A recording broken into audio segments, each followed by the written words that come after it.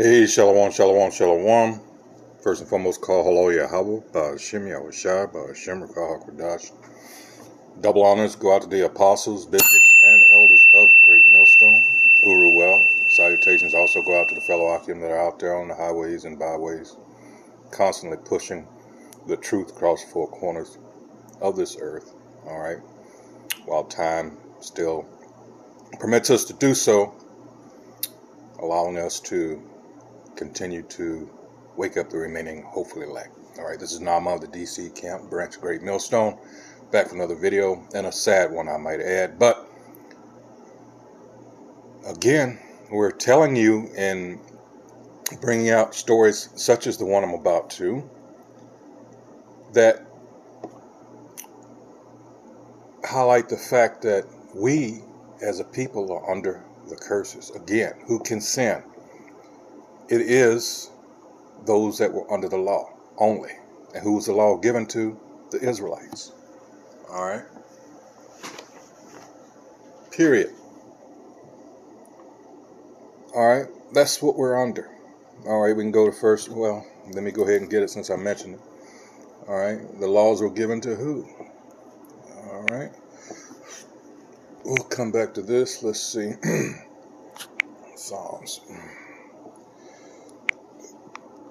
Ooh, Salakia. All right. Verse 19. He sheweth his word unto Jacob, whose name was changed to what? Israel, right? He's the progenitor of the 12 sons that will become the 12 tribes of Israel, each one heading as such, being a progenitor in and of itself. All right. He sheweth his word unto Jacob, his statutes and his judgments unto Israel. All right.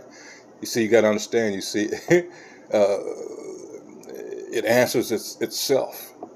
All right. Which, if you have the patience, a lot of scriptures do. It says, he hath not dealt so with any nation, patience, and of course the understanding. He hath not dealt so with any nation, and as for his judgments, they have not known them. Praise ye the Most High Yahweh. Who is the they? Let's go to. All right. And it says, whosoever committeth sin transgresseth also the law, for sin is the transgression of the law. So who is the law given to?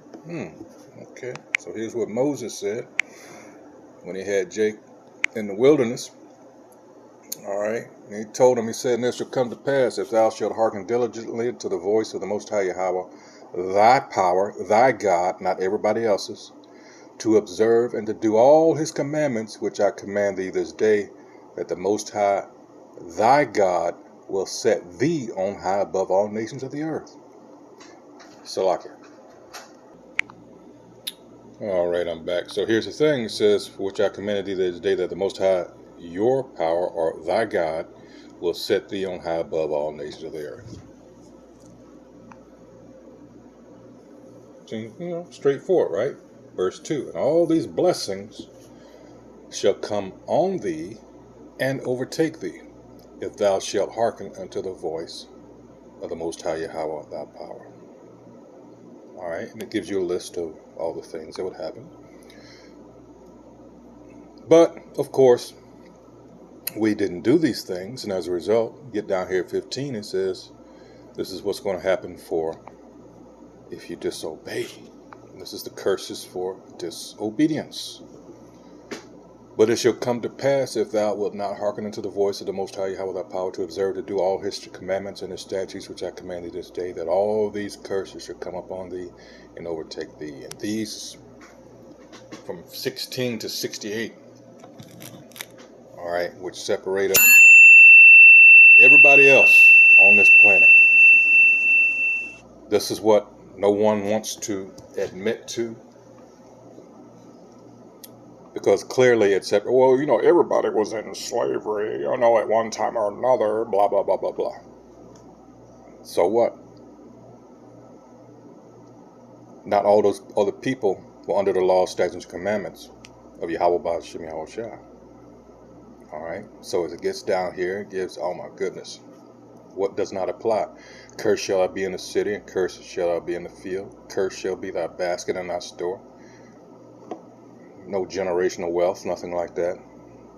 Not able to maintain business. Sure, you have a few scragglers, but that's it. All right, we're talking about as a nation.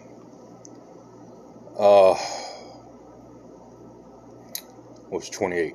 The Most High shall smite thee with madness. Look at our people. And blindness and astonishment of heart. And there are some that exploit us accordingly. And you know who those are, the small hats. They know exactly what's in this. Let's go on down to the point 45 and 46. Moreover, and as far as these immigrants and people that come over here, and 43, the stranger that is within thee shall get up above thee very high. They come over here fresh off the boat, get their businesses and everything. They usually are permitted to set up in Jake's hood and sell them all kinds of bullshit just to make money. That way they serve as a buffer for the anger that should go to Esau, Edom. No, it becomes localized. All right. 44. He shall lend to thee, and thou shalt not lend to him. He shall be the head, and thou shalt be the tail. Moreover, all these curses shall come upon thee, and shall pursue thee, and overtake thee, till thou be destroyed. And our people are, because thou hearkenest not. Remember, I read the beginning of this chapter 28, verses 1 and 2, and I skipped down to 15. Because thou hearkenest not unto the voice of the Most High Yahweh thy power, to keep his commandments and his statutes which he commanded thee. And these curses, which is the they, and they shall be upon thee for a sign and for a wonder, and upon thy seed forever. Now, it took over 7 minutes to explain this to you, because when we get into the story, this is what I want you to remember. But before then, this is the copyright disclaimer. Under Section 107 of the Copyright Act of 1976, allowance is made for fair use for purposes such as criticism, comment, news reporting, teaching, scholarship, and research. Fair use is a use permitted by copyright statutes that might otherwise be infringing. Non-profit, educational, or personal use tips the balance in favor of fair use. Because here's the thing. Some asswipe will just say, oh, y'all just lazy, you're unlucky, do better, pull yourself up by your own bootstraps. And we've attempted all those things. And yet they fail to realize that there's people over us that whenever we've whenever we've set out to do things on our own, and that's a problem in and of itself, on our own, we built towns and settlements and tried to get away from these fuckers, but it never worked because they destroyed everything. So all this shit about, pull yourself up by your own bootstraps, it's never going to work. There's already things set up, and there's a way out for us, and we're trying to tell our people what that is, but they don't want to accept it, per prophecy. Unlike those people that are occupying our land. All right. So here we go. Real sad, but again, I had to lay that background out. Here we go. This young man here, 16 years old. Never mind. Alabama police. Well, they decided to kill a 16-year-old during a no-knock raid over marijuana. Put it up for a minute. This is your war on drugs policy here. The Alabama police conducted a no-knock pre-dawn raid on a black family, shooting a 16-year-old named Randall Atchison before stepping over his body as he lay withering in pain from his injuries to terrorize the other family members in the household over 8 grams of marijuana. This happened last year. Mobile police were actually looking for Randall's brother, who's a teenager too, 18 years of age, D'Angelo Adjison, who did not even live at the house they raided, where they ended up finding 8 grams of marijuana after killing Randall, which is just slightly over a quarter ounce. While medical marijuana became legal in Alabama in 2021, a law that is still being disputed in courts, state law still makes it a misdemeanor to possess less than 2 pounds of marijuana for personal recreational use, punishable by up to a year in jail. Alabama law, makes it a felony to sell any amount of marijuana, according to the Marijuana Policy Project. You have a governor who's adverse to the progression as it relates to the war on drugs, which is not a policy at all. It's not a war. You then have city mayors in Alabama who decided, in their good judgment, to start issuing pardons for misdemeanor marijuana. Why? Because that's city jurisdiction. As a matter of fact, there's one city in Alabama you can go, you get a marijuana charge, you go get a pardon immediately, and that's it. It's pretty automatic. So what did that do? Well, that stopped cops from arresting you for marijuana, because they know the mayor has a default system where you go out to get an automatic pardon. See how the policy changed when one person figured out how they can utilize their position of authority to actually affect. And you just know that they hated that shit, because you can tell all along, of course, for those of you that have been paying attention, who this was directed at. Who was this set up for to entrap? All right. Why doesn't this happen out in the burbs? Why doesn't this happen out in the burbs? I'm going to show you why. This is a retired, if I can pull it up, U.S. Deputy Marshal, retired a while back. What was his name? Deputy U.S. Marshal Fogg. I think it's 2 G's. I'm going to see if I can pull it up, because this is what he encountered. I believe his, 30-year black U.S. Marshals ratio class. It took 30 years for them to settle that class action for, let's see, Fogg v. Garland. I'll get into that later. It says $15 million settlement. But that's not what I want. Let's see. Damn it. Let's add.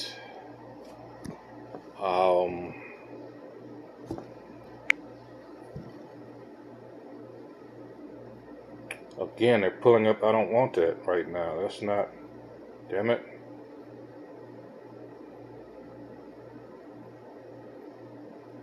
Damn it. Oh. Let's see if it'll see war on drugs.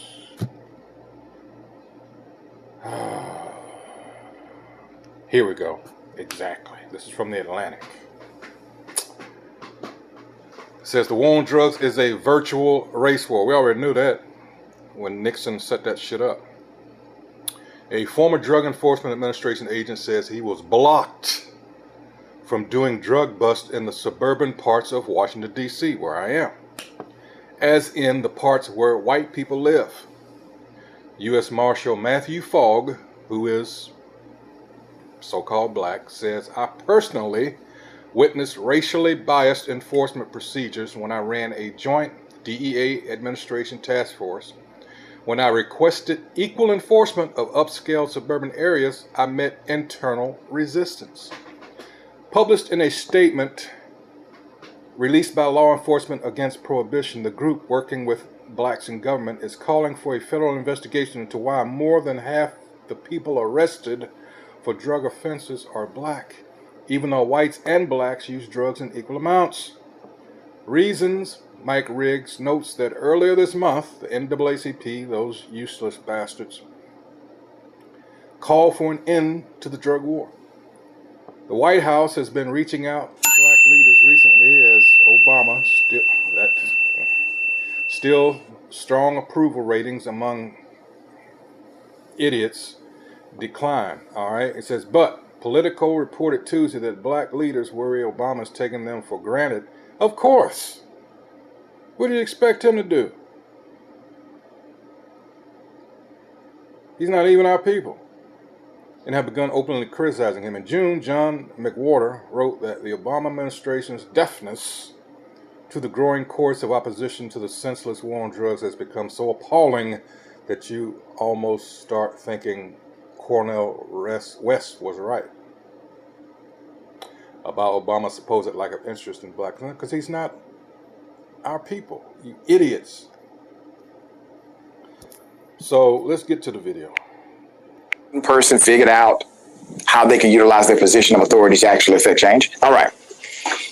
Let me give you the background to this. In October, a grand jury indicted D'Angelo Addison over 8 grams of marijuana.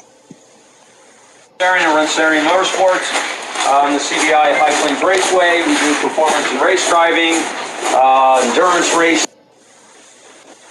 That's a misdemeanor charge of marijuana possession, as well as possession of drug paraphernalia and possession of a gun. Both of those also are in fact misdemeanors.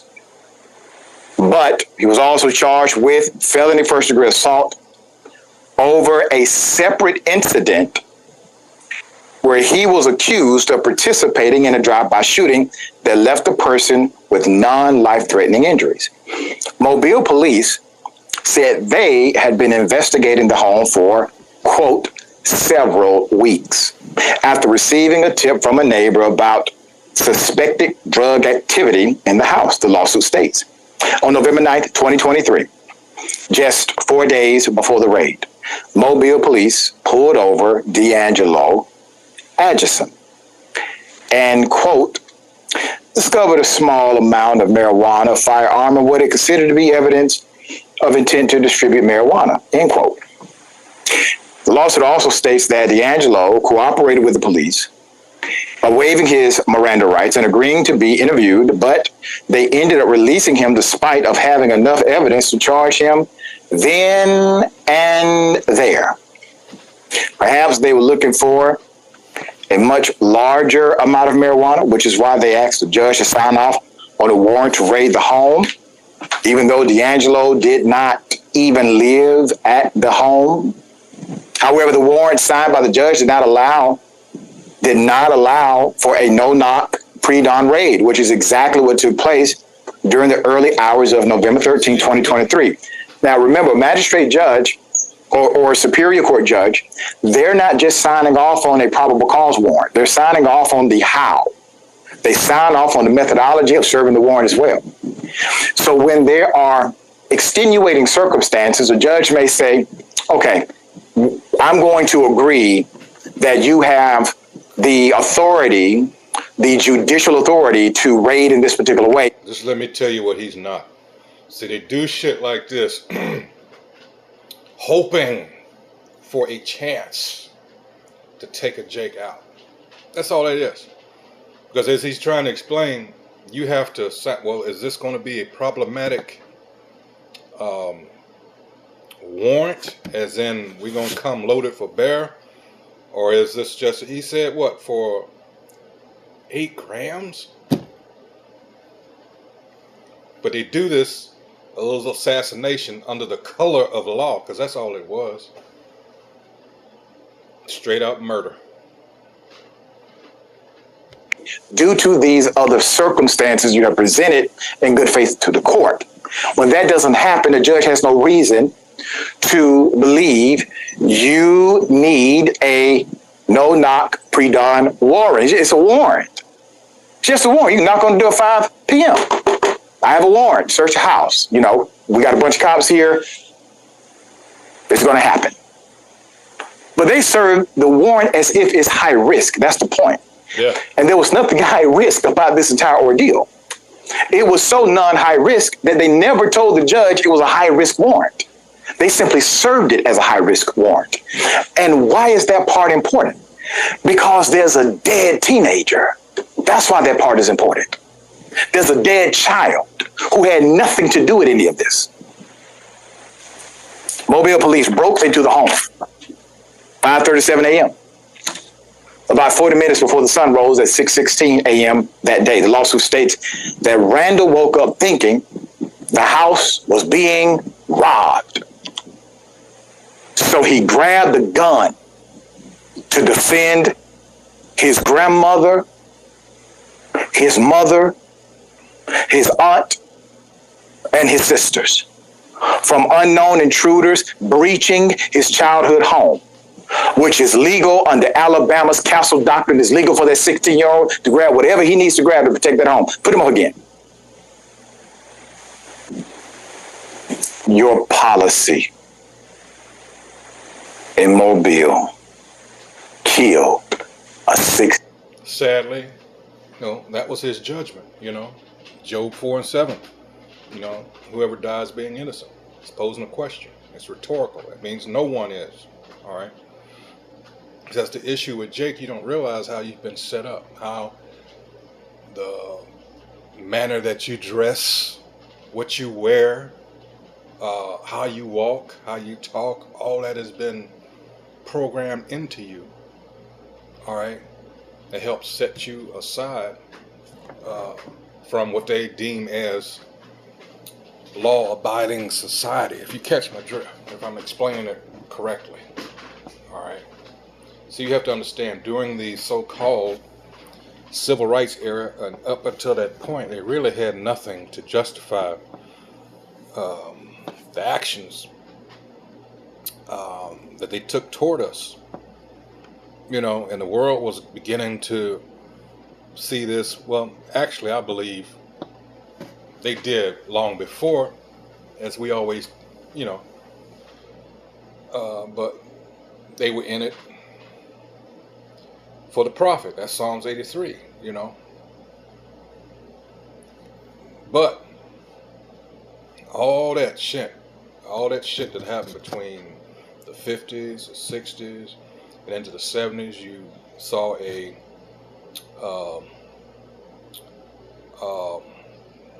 how am I going to phrase this?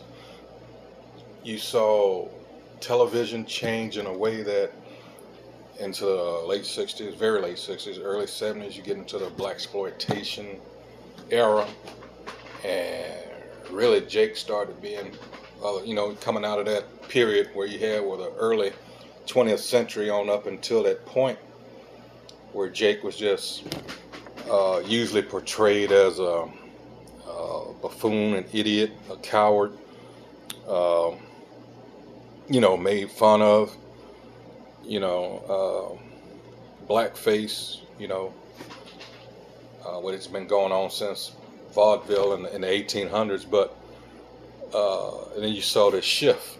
That's the point I'm trying to make. So now Jake he's dangerous. All right, so we got to change shit up to make it and that's where I'm going with this. So you can see that shift in that time period. And then Nixon comes in early 70s with the war on drugs, which was actually a war on us. And they tell you that this was done on purpose because they had to,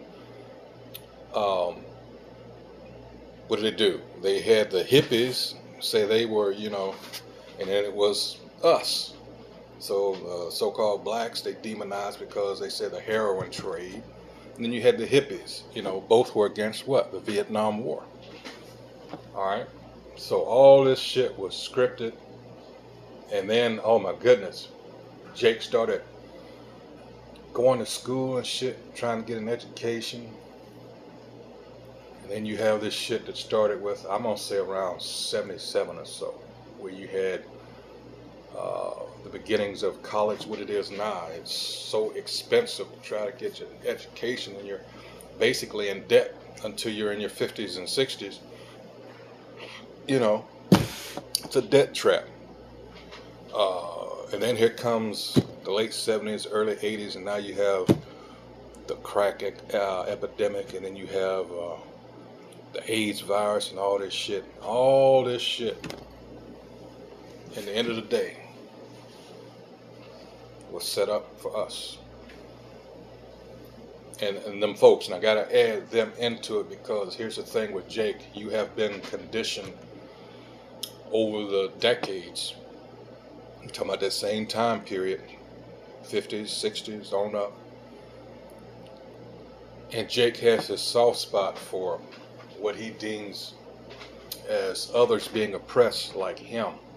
So it was easy for these devils to slide the rainbow, the Skittles Nation, in along with you. Why? Because we're considered the bottom of the barrel already, so why not? And then Jake is taking over, you know, because there was a time Jake wasn't going for that shit, you know, and he let it be known. But we know that this devil, what? Uses gradualism and basically all his strategies. And if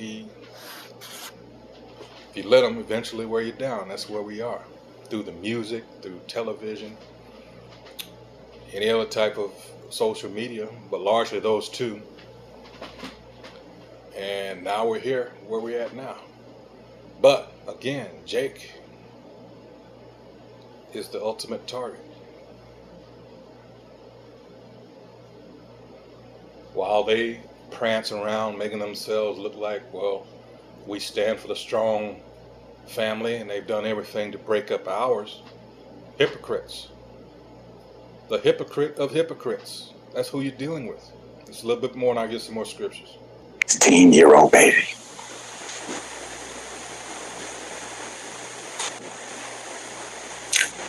But he tried to surrender. Yeah. As soon as he saw they were cops. That's according to the complaint.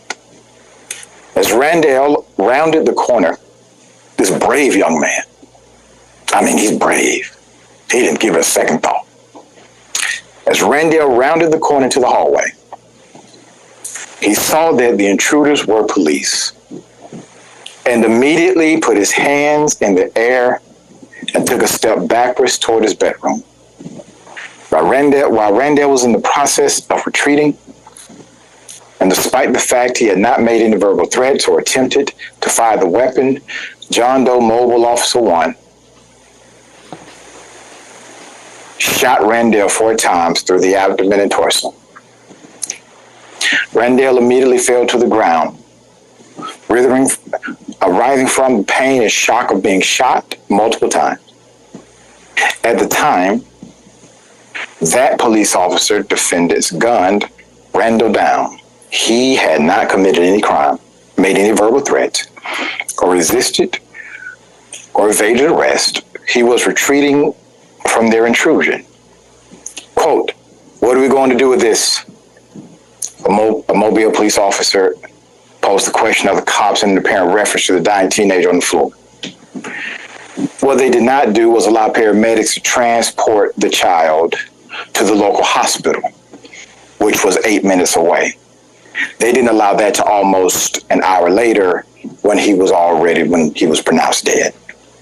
The lawsuit states the indifference to... And bleed out.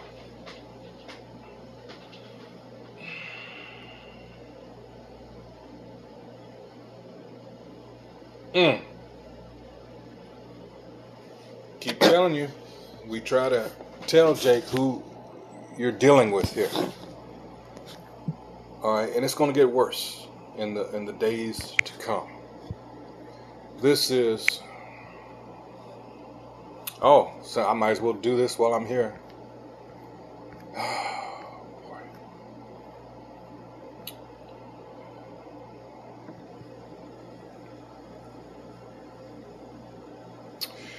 Verse 49. The Most High Yahweh shall bring a nation against thee from far, from the end of the earth, as swift as the eagle flieth. Clue. What's the bird of choice and always has been for the nation of Edom, the so-called white man?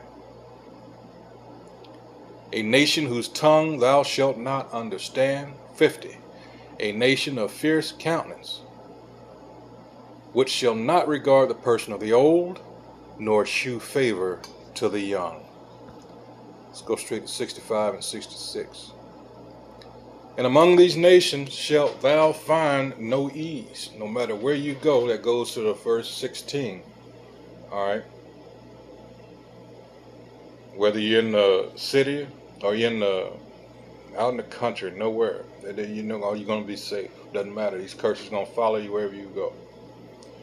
Among these nations shalt thou find no ease, neither shall the sole of thy foot have rest. But the Most High Yahweh shall give thee there a trembling heart, and failing of eyes, and sorrow of mind. And thy life shall hang in doubt before thee, and thou shalt fear day and night, and shalt have none assurance of thy life.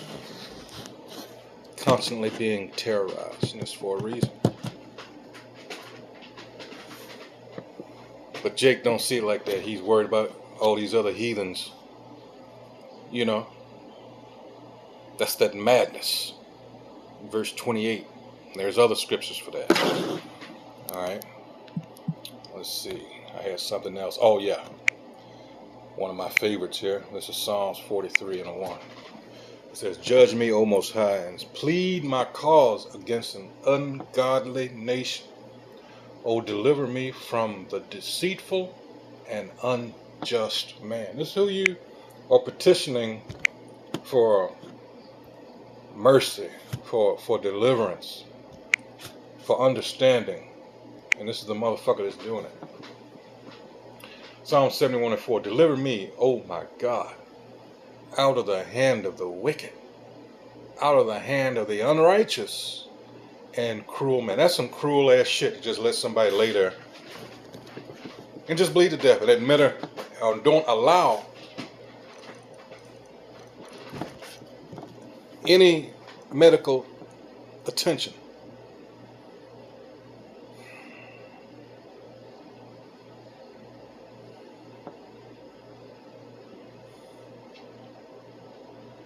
Think about that. Paramedics, they wouldn't let them there, so they were 8 minutes out. And they continued to let him lay there for over an hour. Continuing on. To human life demonstrated by Mobile police officers during the raid stems from former Mobile Police Chief Paul Prine, who was quoted by fellow officers as saying, quote, I'm not concerned with what the media and public thinks about the police. F the public, end quote. Chief Prine's comments, which are apparently echoed for months by other MPD officers, evidence the department's long-standing disdain for Mobile's residents. Like Randall and his family, the complaint states, Chief Prine, was fired earlier this year by the council for creating, quote, strife and division. The fact that this continues to happen should let you know that this is something more, something extra, to have the same people that had you in hard bondage, to have them still police you. Remember, the police force came out of what? All right, the people that were hunting down escaped slaves. That's what your modern day police force evolved from. And to have these same, or this same institution, I mean, like, wow. The curses. Within the city. The shooting death of Randall Adjusam was one of 6 incidents against black people, including 4 who died, that were highlighted in a 100-page report prepared by Kenyon Brown, a former U.S. attorney for the Southern District of Alabama.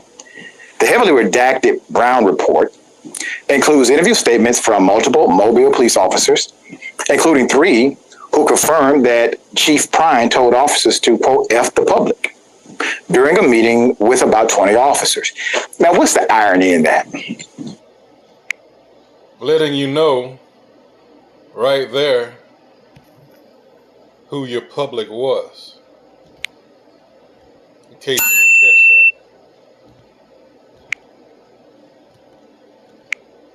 Who do you think he's talking about? Hold on a minute. I might have touched the wrong thing there. I did. Dad! Tommy, come here. Grandpa, I'm going to get 20 officers. Now, what's the irony in that? Other than the obvious. The irony is, that's the only job you have is to protect them. It's to serve them. It's to be their advocates. You don't get certified as a police officer. Your certification says peace officer.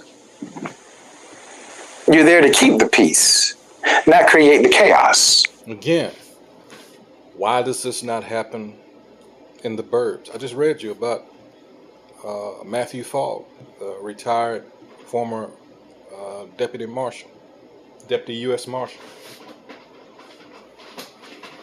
I believe his nickname, or what they call him, the Batman, because he was so gung-ho. They said, what that article didn't say, no, we can't do that because a lot of these kids, parents out here are doctors and lawyers, meaning that they have the means. All right, so who are the prey? There you go. Isaiah 42 and 22. I'll get that, but let's continue on. F the public, the community. F the public. And the public says F the police. The cause and effect. Yep. They want to complain about the F the police crowd, but the F the police crowd came from the F the public crowd, cause and effect. You want to treat effect without treating the cause. You want the community to love the police, but you don't want the police to love the community. It doesn't. Because it's big business. And guess who ultimately is behind it? Mr. Burns. Of course, who just passed away not too long ago, but that being Jacob Rothschild. But this is who ultimately is behind it, because they're pretending to be us. You know, a lot of your police are trained by the Israelis.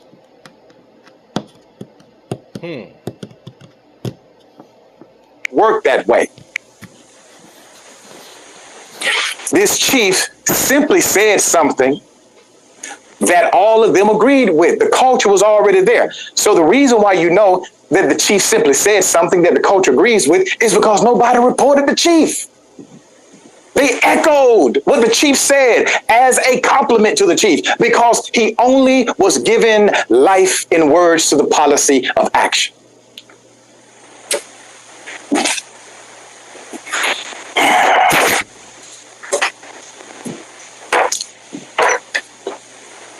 One of the officers told Brown that the chief's words became a running joke among officers for the next 2 months, and they would repeat his words to show they were under no expectation to respect the public. There you go. They are supposedly sworn to protect and serve. One of those cops told Brown that Prine bragged about being able to look someone in the face and make them believe they were a friend when he actually didn't care anything about them. Put him up again. Now, who is he talking about? I don't know. Maybe some politicians, maybe the head of the NAACP, maybe some attorneys for civil rights victims. He can look them in the face, act like a friend. You a snake, in addition to being a bad cop. And again, those scriptures are so. There. This is who the silly, the ignorant amongst us continue An exercise in futility to appeal to any sense of decency from scum like this. But this is what we deserve. Actually, the scriptures say we deserve worse. This is why we were set under them. You have to know, again, you know good, you have to know the opposite, right? Ecclesiastes 3 tells you that.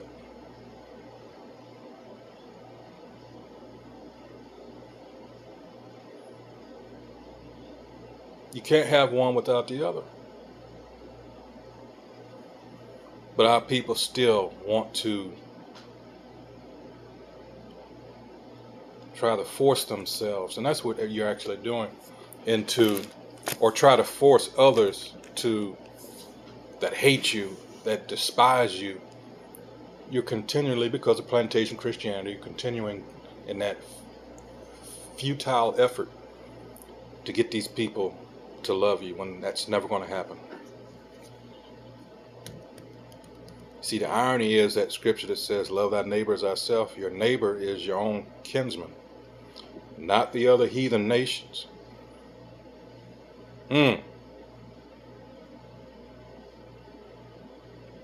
lot of our people hadn't figured it out yet, and that we're under the curses. Pride's disdain for the public. They never will figure it out. That's because someone has to be the 2/3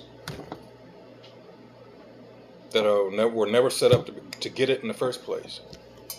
Was evident when he blamed the media and the public for questioning the police tactics that led to the 16-year-old child's death. Quote, he said that the reason to conduct the pre-dawn warrant is to have an element of surprise, according to the report. Quote, despite knowing the danger posed by pre-dawn raids, which include the increased risk of excessive or otherwise unnecessary force, as well as the risk of avoidable injury and death to uninvolved persons. To you or to them? That was my point earlier. PD took no action to restrict the use of such raids or lessen the danger these raids pose to members of the public, the claim states. Now let's back up just a moment. They said in the official report after this happened, they were monitoring. They had that house under investigation, under surveillance for weeks, according to the department. At no time did anyone care that a minor was living in the home? Of course. Was that part of the strategy? Did that make it to the notes section of the warrant? Did the judge know that there was a minor inside of the household and you were planning to engage in a pre-dawn, this is Alabama, no knock warrant? The deadly raid that killed the 16-year-old Randall was captured on police body cam, and the footage has been viewed by attorneys and members of the family, but has not been made public. We will bring it to you when it is. The names of the officers involved in the raid have also not been made public. I can guarantee you we will bring you that as well, which is why they are listed as John Does in the lawsuit. I'll put up the current chief. So Chief William R. Jackson currently oversees the Mobile Police Department. Jackson has been leading the department as the interim chief since the city fired the chief that said F the public. This was in April. He was given the position permanently back in September. Sir, I don't know you. This is my first time hearing of you. I do hope that you are an actual leader, an advocate for this community, because the reason why they fired the last guy is because he was adverse to the community. I always choose to engage first contact with hope. So I hope the next time I'm reporting about a story related to the city that you govern as chief of police, it is because your leadership has been proper, righteous, and exacting. That is my hope. This is our first encounter. I'm a slave to superheroes because I don't have powers. But they don't know. I've been secretly hiding my... Who cares? So that's it. What do you think? again, we are yet this day in our captivity. We're not free. We never were. That's I'm gonna get it. This is Wisdom of Solomon. Oh, sorry.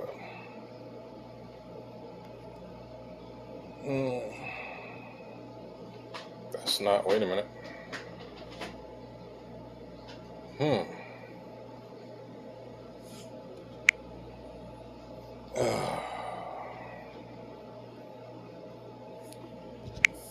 Hold on, Flock.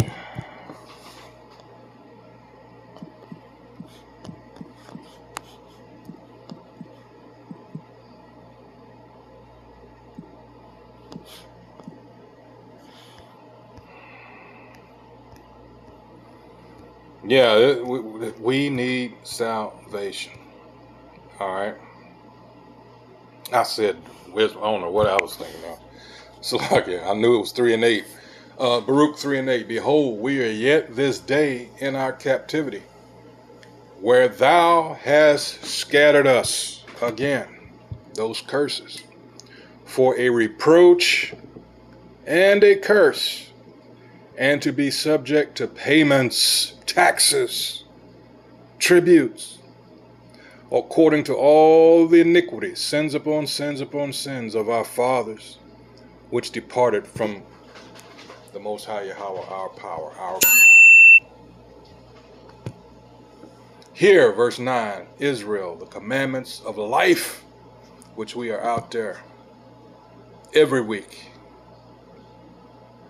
trying to get our people to understand. Give ear to understand wisdom. This is an invite, a petition. Give ear to understand wisdom. 10. How happeneth in Israel that thou art in thine enemy's land, and that thou art waxen old in a strange country, that thou art defiled with the dead. 11. That thou art counted with them that go down into the grave. Thou hast forsaken the fountain of wisdom. For if thou hadst walked in the way of the Most High, thou shouldest have dwelled in peace forever.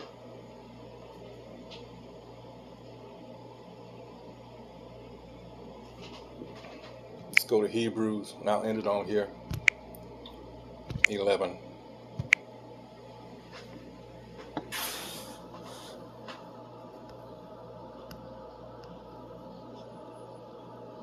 And truly, if they had been mindful of that country from whence they came out, they might have had opportunity to have returned. But now they desire a better country, that is, in heavenly. Wherefore the Most High is not ashamed to be called their God, their power, for he hath prepared for them a city.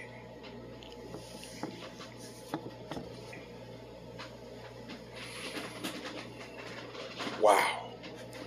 And to think our people want to stay in this bitch